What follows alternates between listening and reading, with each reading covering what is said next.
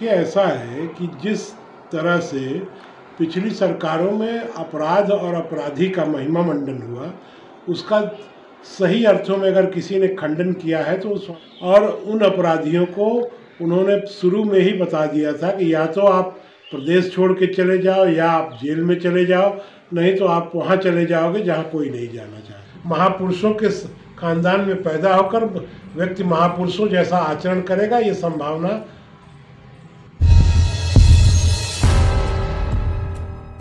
विवाह राजनीति में भाजपा के साथ जुड़ा रहा है।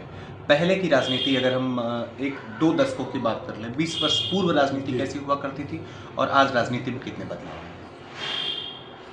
पहले की राजनीति की तुलना में आज की राजनीति में बहुत ही ये कह लें कि गिरावट आई है। गिरावट इन संदर्भों में आई है कि चाहे पुराने नेता हुआ करते थे, चाहे पुराने कार्यकर्ता हुआ करते थे, उनमें एक भावनात्मक संबंध हुआ करता था। और आज हर चीज़ें भौतिक ज़्यादा हो गई हैं, भावनात्मक कम हो गई, और ये भविष्य के लिए नुकसानदेह है, क्योंकि जब तक तादाद में और तारतम्य नहीं बनता कार्यकर्ताओं से, तब तक उनको वो अपनत्व और प्यार और स्नेह नहीं मिलता जो मिलना चाहिए। उत्तर प्रदेश में आज की राजनीति की अगर बात कर लूँ, आपने बताया कि पुराने समय में ऐसा कुछ था और वर्तमान में ऐसा कुछ है। उत्तर प्रदेश की 403 विधानसभा सीटें हैं और यकीनन आज से चुनाव पश्चिमी उत्तर प्रदेश में पहले चरण में 58 सीटों पर चुनाव होने शुरू हुए हैं। इस बार अगर मैं मोटे तौर पे आपसे जानना चाहूँ कि क्या समीकरण बन रहे हैं प्रॉपरली जौनपुर में, तो आपका अपना निजी रुझान क्या है?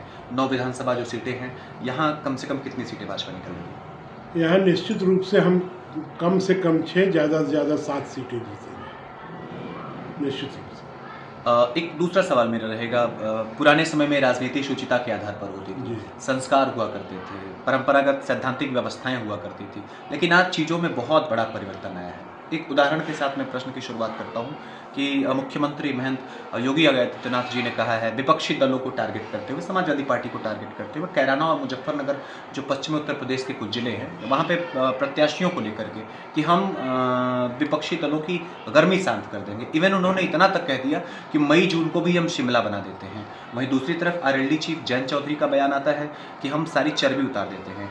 वो शुचिता के आधार पर राजनीति की ये जो राजनीति का पतन का दौर है, आपको क्या लगता है ये बयान ठीक है? कि जिस तरह से पिछली सरकारों में अपराध और अपराधी का महिमा मंडन हुआ, उसका सही अर्थों में अगर किसी ने खंडन किया है तो वो स्वामी योगी आदित्यनाथ जी ने किया है। और उन अपराधियों को उन्होंने शुरू में ही बता दिया था कि या तो आप प्रदेश छोड़ के चले जाओ या आप जेल में चले जाओ, नहीं तो आप वहाँ चले जाओगे जहाँ कोई नहीं जाना चाहता है।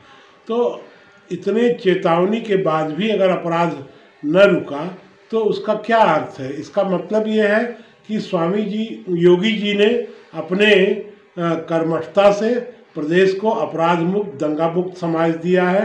ये बहुत बड़ी बात है, वरना पिछली सरकारों में हर तीसरे दिन कहीं न कहीं दंगा सुनाई ही देता था और रुकने का नाम नहीं लेता था। और पिछली सरकारों की हालत ये थी कि समाजवादी पार्टी का झंडा है तो उस गाड़ी में निश्चित रूप से कोई गुंडा है। पिछली सरकारों की हालत ये थी कि जो ज़मीन खाली है वो समाजवादी पार्टी की है।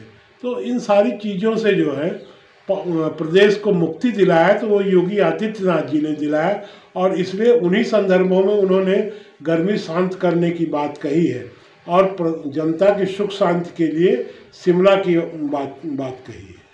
एक छोटी सी चीज़ और इसी में मैं जोड़ता हूँ, जो कि मुख्यमंत्री के लहजे से ये बयान, उनका एक बयान बीच में एक इंटरव्यू उनका वायरल हुआ था जिसमें उन्होंने सीधे तौर पे कहा है कि उन्होंने गौरव की बात कही कि अपनी जाति को लेकर के गौरव होना चाहिए, और उन्होंने खुद को क्षत्रिय बताया है। क्या आपको लगता है क्या कि किसी मुख्यमंत्री को अपने इंटरव्यू में अपनी जाति को इस तरीके से प्रदर्शित करना चाहिए, जबकि एक मुख्यमंत्री सिर्फ किसी एक दल का नहीं होता, किसी एक जाति का नहीं होता, सबका होता है? नहीं, देखिए, राजनीति का जो स्तर आज हो गया है उसमें जाति भावनाओं का मामला बड़ा मुख्य हो गया है। लेकिन एक समय था कि जाति लोग बताने में शर्माते थे, लेकिन आज हर व्यक्ति सिर्फ जाति प्रधान राजनीति कर रहा है। और उसमें अगर मुख्यमंत्री जी ने ये कहा कि मुझको गौरव है कि मैं क्षत्रिय वंश में पैदा हुआ, मैं रामचंद्र जी के ख़ानदान में पैदा हुआ, मैं कृष्ण के ख़ानदान में पैदा हुआ, मैं गौतम बुद्ध के ख़ानदान में पैदा हुआ, मैं महावीर के ख़ानदान में पैदा हुआ, तो इसमें कोई बुराई नहीं समझी जाती है। महापुरुषों के ख़ानदान में पैदा होकर व्यक्ति महापुरुषों जैसा आचरण करेगा, ये संभावना है, इसमें दो राय। एक छोटा सा हमारे यहाँ विधानसभा मल्हनी की अगर मैं आपसे बात कर लूँ, चूँकि इस बार स्थानीय लोगों का मत है, जैसा vote bank Yadav vote bank है, मुस्लिम वोट बैंक है और जनरल वोट बैंक मल्हनी की बात मैं अगर आपसे कर लूँ, चूँकि ऐसा बताया जाता है कि वहाँ पे यादव वोट बैंक बड़ी संख्या में है। इस बार लड़ाई बड़ी कांटे की है। बड़ी उम्मीद थी इस बार कि शायद निषाद पार्टी से जो गठबंधन हुआ है तो धनंजय सिंह को ये सीट गिफ्ट कर दी जाए, लेकिन भाजपा ने कैंडिडेट उतारा है, पूर्व सांसद केपी सिंह को उतारा है। आपको क्या लगता है कि लड़ाई धनंजय सिंह बनाम लकी यादव रहेगी या फिर लड़ाई में कहीं केपी सिंह भी हैं? नहीं, देखिए ऐसा है कि राजनीति में एक बात कही जाती है कि एक व्यक्ति एक परिवार एक पद की बात कही जाती है। अगर धनंजय सिंह की पत्नी को जगह मिल गई है, उनको जो है जिला पंचायत अध्यक्ष जनता ने बना दिया है, तो दूसरी जगह दूसरे के लिए छोड़ना चाहिए कि वो कुछ अच्छा दूसरा भी करके दिखाए। और मैं समझता हूं कि भाजपा ने केपी सिंह पे विश्वास करके अगर उनको कैंडिडेट बनाया है तो केपी सिंह औरों की अपेक्षा बहुत कुछ बेहतर करके जाएंगे, इसमें दो राय नहीं। एक अंतिम सवाल आपसे रहेगा कि सियासत खूब गरमाई है, 403 विधानसभा सीटें, पश्चिम में जैसा न्यूज़ चैनलों में दिखाया जा रहा है कि मतदान खूब हो रहा है, आरएलडी के पक्ष में जा रहा है, गठबंधन के पक्ष में जा रहा है, भाजपा के भी पक्ष में खूब आ रहा है। ओवरऑल अगर कैलकुलेशन पूरे 403 का अगर हम आपसे कर लें तो इस बार आपको मोटे तौर पे क्या लगता है कि इस बार किसकी सरकार बनेगी? नहीं, सरकार भाजपा की बनेगी निश्चित रूप से।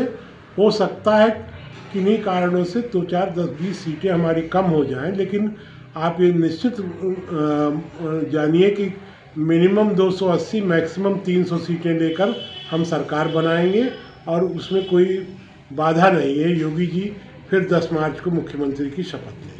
एक बस अंतिम 30 सेकंड, हर एक व्यक्ति की राजनीतिक महत्वाकांक्षा होती है।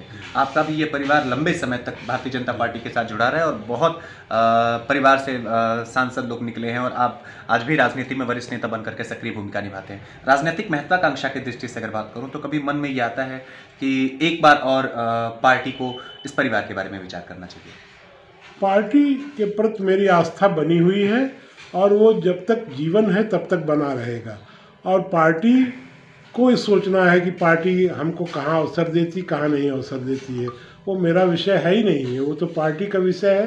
पार्टी अगर उचित समझेगी तो कहीं ना कहीं लड़ाएगी, नहीं उचित समझेगी तो मैं सिपाही के तौर पे काम कर रहा हूँ, आजीवन करता रहूँगा। तो ये अब तक आपने देखा कि हमारे साथ मौजूद थे डॉक्टर दिनेश सिंह बब्बू जी। सर, आपने बहुत बहुत समय दिया, आपका शुक्रिया। धन्यवाद।